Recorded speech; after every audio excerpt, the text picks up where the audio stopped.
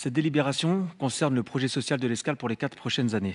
Le principe même d'un projet social est de se faire avec les habitants, un travail de concertation et de co-construction pour répondre au mieux vivre ensemble et aux problématiques de quartier. Au bilan, page 57, il est fait état d'une structure malade qui manque de lisibilité, de représentativité, donc de légitimité. Et malgré ce constat, ce document contient dans ses perspectives trop d'éléments flous et pose question sur la méthodologie de travail. Ce projet est fait par qui?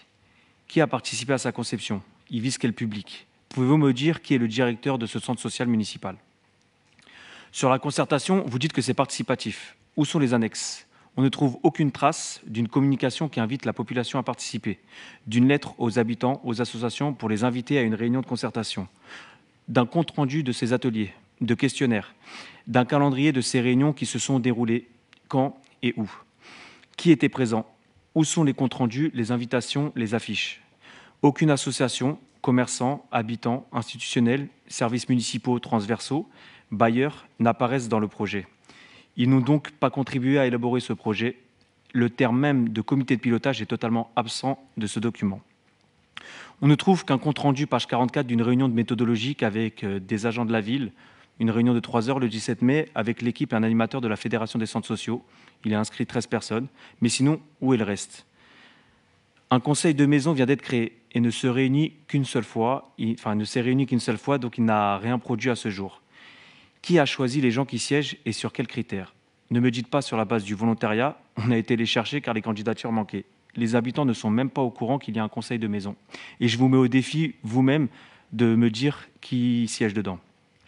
La parole des habitants est sélectionnée et politisée puisque l'entrée à ce conseil de maison nécessite une validation de la maire adjointe, Madame Facchini.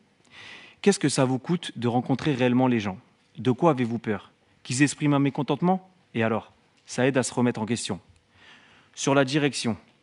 Historiquement, le centre social de Villiers a toujours été dirigé par un directeur de catégorie A. Aujourd'hui, il n'y a plus de directeur mais une chef de service. Page 8. Pourquoi?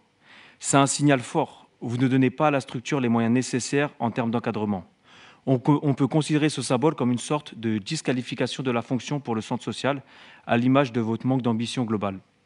Je doute que vous le feriez pour les finances ou l'urbanisme.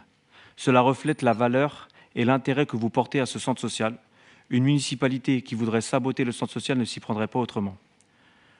Sur les axes de travail, l'essence même d'un centre social, son intérêt et son fondement partent d'une démarche d'éducation populaire. Et dans la mesure où ce projet n'a été travaillé ni avec la population, ni avec les partenaires, il est compliqué de dégager une orientation qui puisse répondre à leurs besoins. Sur la population, il faut éviter de me sortir le sondage avec un échantillon de 18 personnes, c'est très léger. Donc les problématiques et les enjeux particuliers sont lacuneurs du document. Problématiques sur les logements, les commerces, les projets notamment sur le Grand Paris à venir, sur les transports, l'accessibilité, la santé, enfin bref, ce type de problématiques-là n'apparaissent pas dans les axes. Quid de l'application des autres élus, de la majorité et même de l'opposition, pourquoi pas certaines villes le font. On y trouve Madame Facchini, adjointe à la cohésion sociale, mais un projet social doit être un projet transversal. Où sont les autres élus? Culture, sport, jeunesse, handicap, santé, etc. Sinon, on n'y trouve aucun élément budgétaire, ni budget prévisionnel, ni compta analytique. Il serait intéressant de connaître les recettes et les dépenses que génère le centre social. Pour conclure, la démarche de co-construction n'est pas à la hauteur de ce qu'on attend d'un centre social. Depuis longtemps, avec l'Escale, on a affaire à une communication d'accaparement de prestige et d'action associative en les municipalisant, notre avant à travers le journal de la ville. L'Escale n'impulse rien. Il gère l'existant pour limiter la colère, plutôt que de porter un projet émancipateur pour la population. Vous surcommuniquez sur le bâtiment pour mieux masquer le vide de vos politiques de cohésion sociale. L'Escale est juste une caution sociale, en rupture avec le terrain et le public qu'il est censé servir.